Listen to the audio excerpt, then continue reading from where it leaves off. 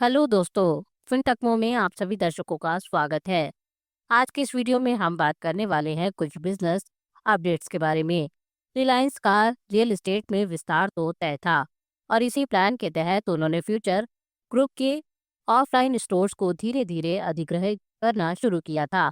Covid के दौरान big बाजार के कई स्टोर्स बंद हो गए थे और कई लीज एग्रीमेंट्स कोर्ट केस की वजह से फंसे हुए थे।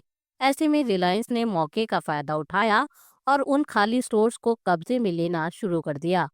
कुछ ही महीनों में उन्हें अपनी रिटेल ग्रोथ के लिए ज़रूरी इंफ्रास्ट्रक्चर मिल गया, लेकिन इसी प्रक्रिया में फ्यूचर ग्रुप का पतन तय हो गया। उन्हें कोई खरीदने वाला नहीं बचा।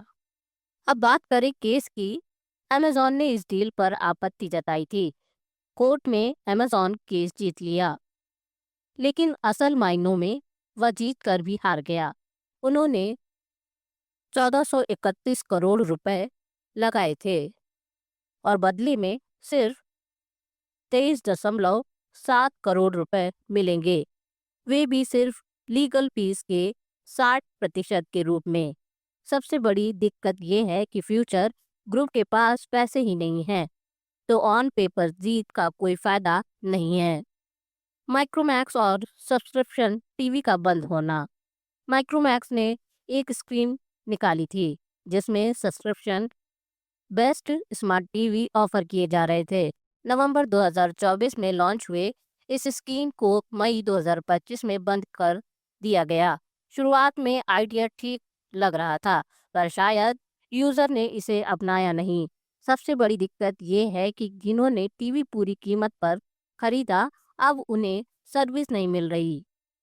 माइक्रोमैक्स अब कह रहा है कि यूज़र एक सॉफ्टवेयर पेन ड्राइव में डाउनलोड करे, जिससे टीवी अनलॉक हो जाएगा और वह स्मार्ट टीवी की तरह काम करेगा, लेकिन कोई वारंटी या सर्विस नहीं मिलेगी। यही यूज़र ट्रस्ट का सबसे बड़ा इशू है। पैनासोनिक ने भी वॉशिंग मशीन और फ्रिज सेगमेंट से एग्जिट किया है, पर उन्होंने क्लियर किया है after sale service, spares parts और वारंटी सपोर्ट सब दिया जाएगा। यही एक ब्रांड और ब्रांड वैल्यू का फ़र्क है। नेट वन का मूविलिक से एग्जिट। साउथ अफ्रीका की नेट वन ने मूविलिक में 2016 में 2070 करोड़ रुपए लगाए थे। अब 8 साल बाद उन्होंने पूरा स्टेक 143 करोड़ में बेच दिया, यानी आधे से भी कम रिटर्न। मूविकिक्स ने दिसंबर 2024 में आईपीओ लॉन्च किया था और शेयर 100 रुपए तक गया था, लेकिन अब ब्लॉक डील में 230 के आसपास बिक रहा है। Q4 की रेवेन्यू फ्लैट रहे और लॉस 56 करोड़ रुपए का रिपोर्ट हुआ। ये एक संकेत है कि आईपीओ आने के बाद भी प्रॉफिट लेना आसान नहीं रहा और ये इन्वेस्टर्स के लिए चिंता की बात है। स्टार्टअप में पहले IPO is equal to exist और प्रॉफिट माना जाता था, लेकिन अब अगर अर्ली इन्वेस्टर्स को भी नुकसान हो रहा है, तो फंडिंग विंटर और गहरा हो सकता है। रैपिडो का नया फूड डिलीवरी मॉडल। रैपिडो अब फूड डिलीवरी में उतरने जा रहा है और जोमेटो स्विगी को सीधी टक्कर देने वाला है। उन्होंने अपना खुद का ऐप लॉन्च करने की प्लानिंग की है, जिसमें कोई कमीशन मॉडल नहीं होगा। 400 प्लस ऑर्डर पर 59 रुपीज़, 100 से 400 रुपये पर 29.5 रुपीज़, 100 से कम पर 35.4 रुपीज़। इसका स्मार्ट हिस्सा यह है कि कम ऑर्डर वैल्यू पर ज़्यादा चार्ज लगेगा, जिससे लोग ज़्यादा जुड़ने की कोशिश करेंगे। इसमें ग्राहक, रेस्टोरेंट, डिलीवरी बॉय तीनों की जीत है। रेपिडो के पास पहले से लाखों बाइकर हैं जो इस नेटवर्क पर का ज़्यादा फायदा उठा पाएंगे, लेकिन सवाल ये है कि स्विगी, जोमेटो क्या करेंगे। सऊदी की T20 लीग और बीसीसीआई की नाराजगी। सऊदी अरेबिया एक ग्लोबल T20 लीग लॉन्च करने वाला है, जिसमें 400 रुपए मिलियन यूरो तक खर्च होने की बात चल रही है। आईपीएल और द 100 को इससे सीधा खतरा है। इसी वजह से बीसीसीआई और इंग्लैंड क्रिकेट बोर्ड ने इसे अपने टॉप प्लेयर को इस लीग में हिस्सा लेने से रोकने की तैयारी की है। प्लेयर्स ही लीक की जान होते हैं। अगर पैसे का लालच ज़्यादा हुआ तो बड़ी लीग को मुश्किल हो सकती है। इसीलिए बीसीसीआई और ईसीबी सतर्क है।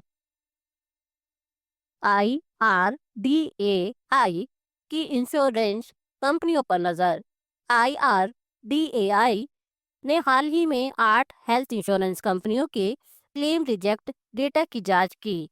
स्टार हेल्थ का क्लेम रेशियो सिर्फ 66.47% है, यानी एक तिहाई से ज़्यादा क्लेम रिजेक्ट हो रहे हैं। यह बहुत ही चिंता का विषय है। आईआरडीएआई ने कंपनियों को चेतावनी दी है कि वे अपने कस्टमर सर्विस सुधारें वरना कार्रवाई होगी। पॉलिसी बाजार के फाउंडर की ब्लॉक डील। पॉलिसी बाजार के फाउंडर ने 960 रुपए करोड़ की ब्लॉक डील में अपने 1.1% शेयर्स बेचे हैं। हो सकता है ये टाइमिंग इत्तेफाक हो या उन्हें पता हो कि ये सेक्टर में कुछ बड़ा होने वाला है। कुछ रेगुलेटरी बदलाव। डोनाल्ड ट्रंप और यूएस टैरिफ नीति। डोनाल्ड ट्रंप की टैरिफ पॉलिसी को 90 दिन की पॉज दी गई थी। अब उसे एग्जिस्ट किया जा सकता है। अगर टैरिफ दोबारा लागू हुआ तो यूएस इकोनॉमी और दबाव में आ सकती है और डॉलर की वैल्यू पहले से 10% गिर चुकी है। भारत का बढ़ता एक्सटर्नल डेबिट। भारत का एक्सटर्नल डेट अब $736.3 बिलियन हो गया है, पिछले साल से $67.5 बिलियन ज़्यादा। इसका मतलब है कि विकास पर फोकस है, लेकिन डॉलर पर लोन होने की वजह से करेंसी रिस्क भी बढ़ा है। जेएसडब्ल्यू पेंट्स और एशियन पेंट्स का गेम। जेएसडब्ल्यू पेंट्स और ग्लोबल पेंट्स में 9,000 करोड़ रुपए में 74.76% स्टेक लिया है। वहीं एशियन पेंट्स में वीपी में 188 करोड़ में 40% हिस्सेदारी ली है। यह इंडस्ट्री अब तेजी से compete करने वाली है। अगले 6 से 8 महीने में बड़ा क्लैश देखने को मिलेगा। विकफिट आईपीओ और फाइनेंशियल्स।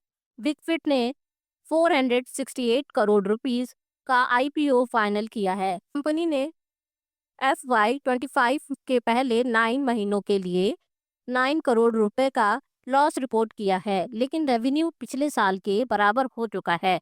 लॉसेस भी कम हुए हैं। अब देखना यह है कि मार्केट आईपीओ को कैसे रिसीव करता है। अडानी की billing issue settlement. Adani group ने बिलिंग संबंधित विवादों में $1.5 बिलियन रिफंड कर दिया है। साथ ही यह भी कहा है कि कोई पेनल्टी नहीं ली जाएगी, बस पैसा वापस दे दो। यदि आपको इस वीडियो में दी गई जानकारी पसंद आई हो तो हमारी वीडियो को लाइक, शेयर, सब्सक्राइब जरूर करें।